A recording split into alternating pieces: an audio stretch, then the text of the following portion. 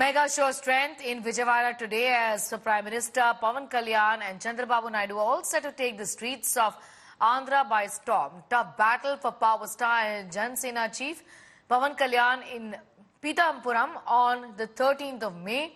Before the roadshow, Pawan Kalyan spoke exclusively to my colleague Akshata Nandgopal.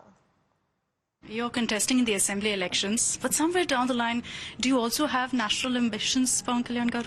For what? National ambition in what sense? Prime Minister, Member of Parliament. No. That is too much to think. For me, it's not about posts. You have to understand. It's not about. Definitely, I want to serve the nation, without a doubt. So first step is Andhra?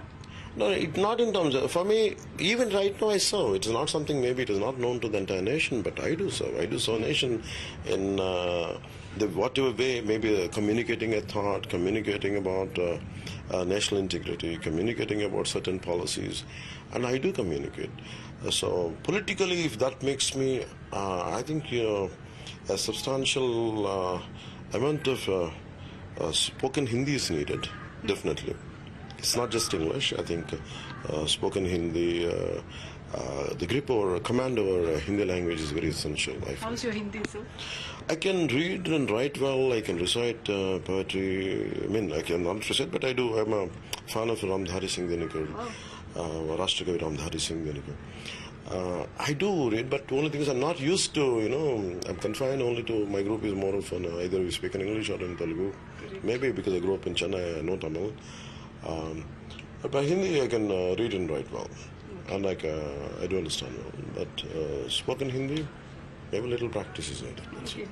When you've been in this alliance with the BJP, there's also a lot of talk in Andhra Pradesh survey. Look at the current surveys. They're saying that, look, the NDA is strong in urban pockets, but then Jagan Garu, because of welfare schemes, is doing well in rural pockets. So do you think that's essentially the discussion now, that it's a urban development versus welfare schemes kind of because debate? The way in all the national channels, how they project itself is different.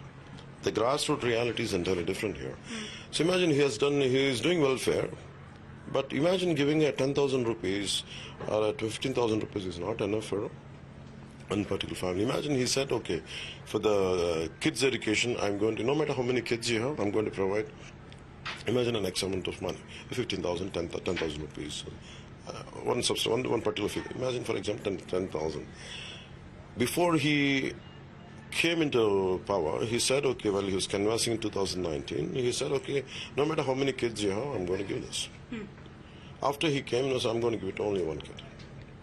So all his welfare programs are either slashed, he has cut down the number of people whom it should be the benefactors, and the second major thing is most of the national schemes are being projected as his schemes. He'll change the simple name. So at least around knowingly around 11 to 12 programs, whatever he does are national schemes by Pradhan Mantri Modi ji's flagship program. Then he will put a Telugu name to it. Remix it and put it in Telugu. He'll put his name, Y.S. Jagan Gormudda Pathakam. It is like for women and kids, the Poshana scheme is there. He'll translate that into Telugu and he'll give that. So you feel that there's no populist measure that's going to cut it? No matter how many populist measures you do, but eventually populist, I can't even say, even let us assume, let's give it a good, whatever is right. Welfare schemes are needed, but provided if they are in tandem with the development. When they are not in tandem with the development, mere welfare, where are you going to create wealth if you don't do any development? From where are you going to get the money?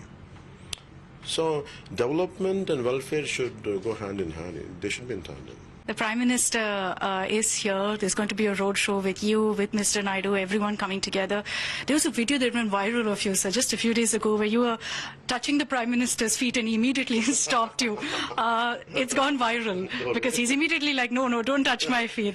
But do you look up to the Prime Minister in that sense as someone who's your guru of sorts? Yeah, for me, he's like a guru and brother rolled into one. An elder brother? An elder brother. And I have extreme respect for him, so you have to understand my connection, my relationship with him much before he became a PM. And I really, because I feel country needs very gutsy leaders. So when Mumbai attacks happened, we were thinking 72 hours. We were in a state of we are in a state of fear. The entire nation is gripped with fear. I was thinking, how come if there is a leader, a charismatic leader, who would come out and would empower people and say something, how that would be? So for that thought process, always that thought used to match up with the Modi, always, though he was a chief minister of Gujarat.